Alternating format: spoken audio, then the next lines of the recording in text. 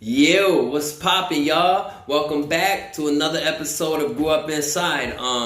Yesterday, I just did my interview on Lockdown 23 and 1, man. It was dope. The video dropped this morning. I'm gonna go ahead and pin the link in the comments. So if y'all missed it, you can go ahead and hit it and hit the link and go check it out. Big shout out to Death. He gives us people that, have stories, a platform to tell them. And, since the video went up, a lot more traffic has been coming to my channel. So, I really appreciate the support, and I appreciate him giving me the opportunity to tell my story on his channel. Oh yeah, before I go further, I just want to give a big shout out to everyone that has been tuning in from day one, and to all my new subscribers. Yo, what's poppin'? I hope y'all like the content. Sometimes everything that I say on here, everyone might not agree with. I'm just speaking from my own personal experiences and my own opinions. Today, I'm going to be talking about restraints. And sometimes, man, these restraints can go a little bit too far. The story I'm going to be telling you today is actual fact. It happened. I'm going to leave the link to the story in the newspaper that you guys can go ahead and read yourself, as well as, bringing it on here and reading it for you guys. As youths and as teenagers that are troubled and that come from these bad backgrounds and stuff, a lot of times we have bad attitude problems, myself being one of them. As a kid, I thought I knew it all. I wanted to fight the world, and I was pissed off at the world because of things that I had been through as a child and that have never been dealt with. And that's like a lot of us as kids, and a lot of times it leads to the staff members having to put hands on us and giving us these so-called restraints, where basically 4 grown men get on top of you, hold you on the floor, usually in a position where your arms are back like this, so like a full Nelson style hold. And then another person usually has their knee on your back and they're pulling you back, or either keeping you face down flat with your arms out, full Nelson style, and sitting on your lower back with their behinds. That's a restraint, but before you get to that position, it's the tussling. They literally will pick you up and slam you down on your head. I've seen them use elbows to the back of heads, walkie-talkies jammed into the ribs to make people drop, kicked in the back of the knees. However method they gotta use to get you to the ground, they'll use. They say that they're trained and there's protocol they have to follow protocol they have to follow, but they never do, and basically what it is you're getting jumped. You flip out, you get jumped by 4 or 5, grown men, and you're 15, 16, whatever. And, they slam you on the ground really hard. Usually it's really thin industrial style carpet. And what they do is your face will rub across the carpet and your face will be all brush burned up. They'll split your eyes open. One time I actually got restrained. It was my second day inside of this placement. Swelled both my eyes shut and broke 4 of my ribs. You know what I mean? The ribs got broken when, after they slammed me on the ground, one of them came down with their knee to my back and broke 4 of my ribs on the right side. And then the eye swelling came from, they elbowed me in the back of my head and kept bouncing my face off of the carpet. So after that happened, they literally sent me to the hospital. They took me out on a stretcher and everything. You know what I mean? I'm telling them I can't breathe. And they held me there for a good 2-3 hours before the ambulance and EMS even came to take me. You know what I mean? But that's not really the story I want to focus on today. That's for another day. Today I want to be speaking about a kid that was restrained in a boot camp. It's called Northwestern Academy. It's pretty notorious in Pennsylvania. And this kid, he was from Philly. He came from a broken home. Single mother raising him and stuff. And I wasn't there when this happened, but I was locked up at the time when it happened, and it was a big thing between all the placements and boot camps at the time.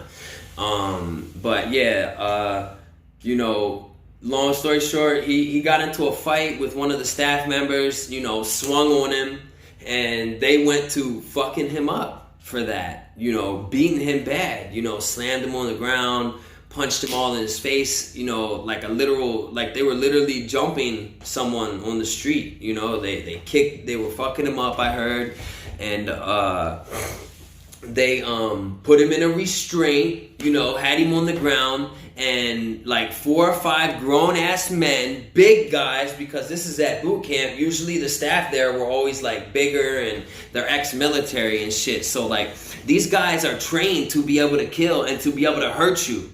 Literally, you know, and that's not how you're supposed to treat and deal with, you know, kids, man. That's not how you deal with us, and that's, you know, there's no type of reform when you have to be scared, you know, because you might get restrained to the point where you'll fucking suffocate and die, you know. So yeah, 4 or 5 grown men held this dude on the ground, and they held him there for more than 3 hours. You know what I mean? More than 3 hours, and you know, other cadets, which is what the kids are referred to in boot camp, residents, cadets, they heard him screaming and begging. You know what I mean? Imagine that. 15 years old, 16 years old, you know, you're 120 miles away from home or anyone that you know that is family or friends, and you can hear one of your only friends just a couple of bunks down begging for his life. Begging for his life, and they don't let him up. They don't give him water. They say, if you can talk, you can breathe. Yeah, that's their thing. If you can talk, you can breathe during these restraints. So they held him there for over 3 hours and put pressure on his back and with the full Nelson position, and the kid suffocated and died. At 18 years old. He had less than a month until he had to go home. What could he have done that bad, like less than a month before you had to go home, in order to be held on the ground in such a manner that you literally suffocate to death?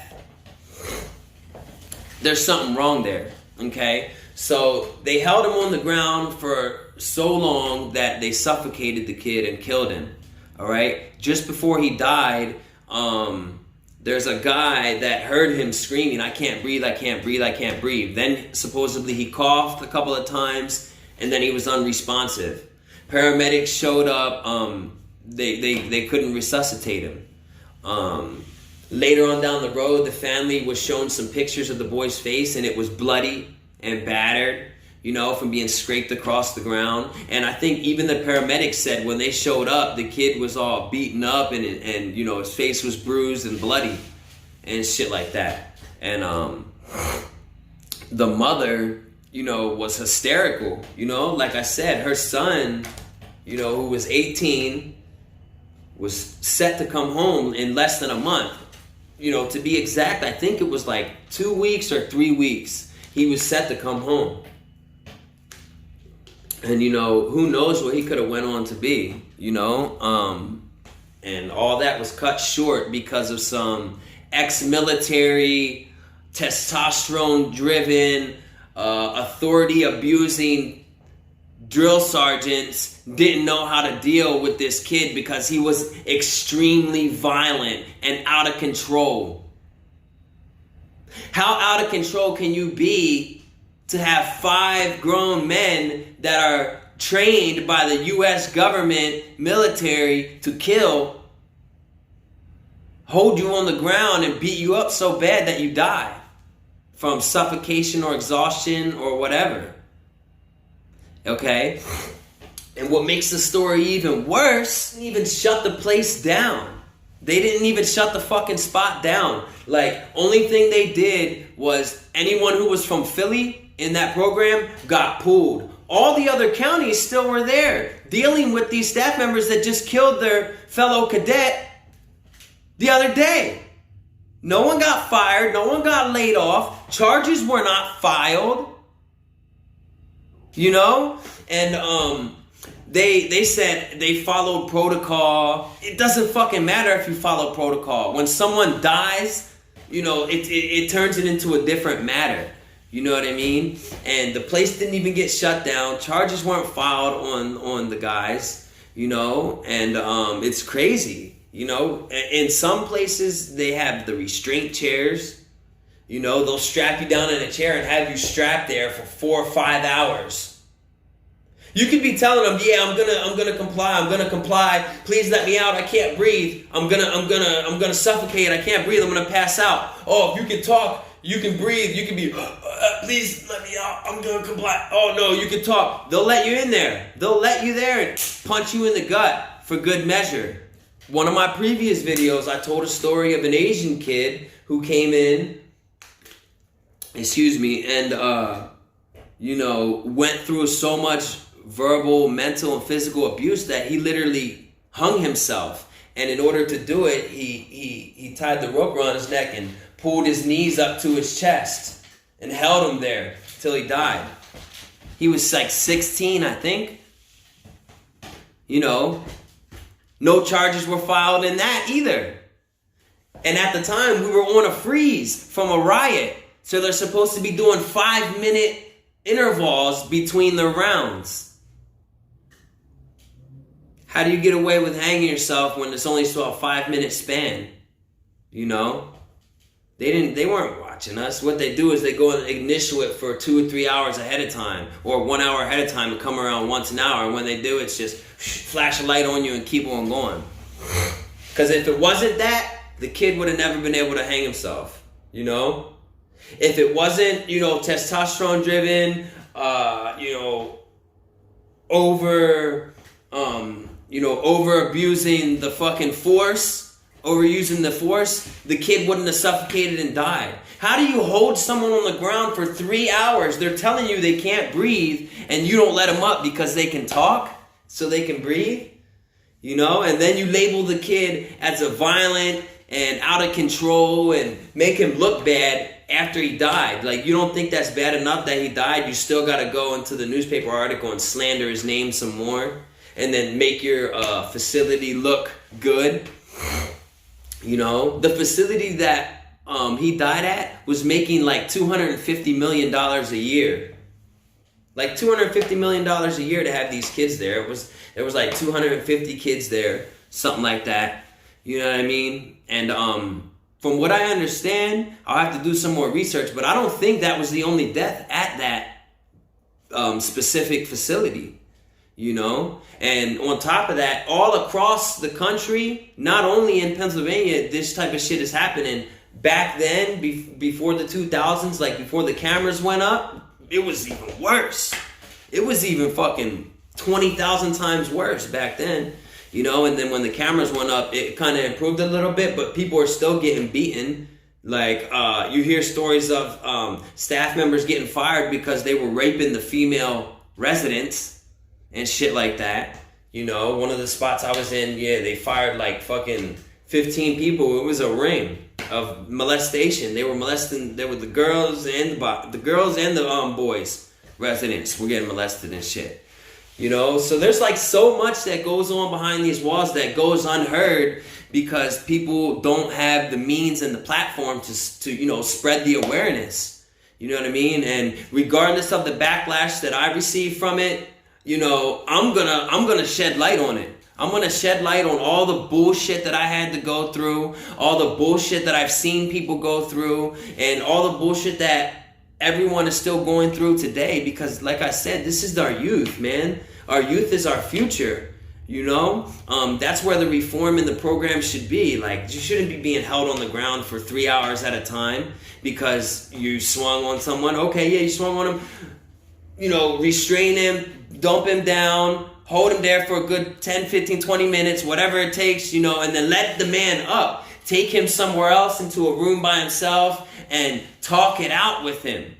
Because 9 times out of 10, we're not doing it because we're violent and out of control. We're doing it because of things that we've been through in our past. And it damages us as teens, and then on top of that, we're inside this system and being raised on 3 TV dinners a day and fucking being in a little ass cell by yourself for over 20 hours at a time, you know, and all we really want is just someone to talk to, you know, someone to have an ear for us to let this stress off of our chest. I appreciate everyone that's been tuning in. To all my new subscribers, man, I hope y'all really like my content. If you haven't done it already, go ahead, hit the like, smash that notification and the little bell so that way every time I put a new video up, you guys can be notified. You know, today's video was a little bit more on a serious note.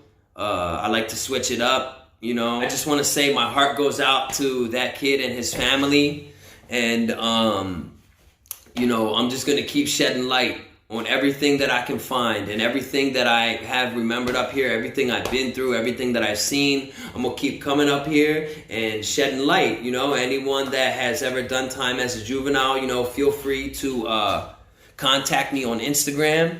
You know what I mean? And we'll see if we can get you on here to, you know, tell your story. I'm all about helping each other, picking each other up. You know, at one point in time in my life, I would take. Now I just want to give back, and I'm about spreading positive vibes, regardless of what I did in the past. I know that I fucked up. I know that I made bad choices, but you know, I'm here accepting that, and I'm trying to do something to give back and right my wrongs. You know what I mean? So follow me on my Instagram for my day-to-day activities. You can DM me on there for life advice, questions, anything like that. I also do tattoos, and I'm in the San Diego area.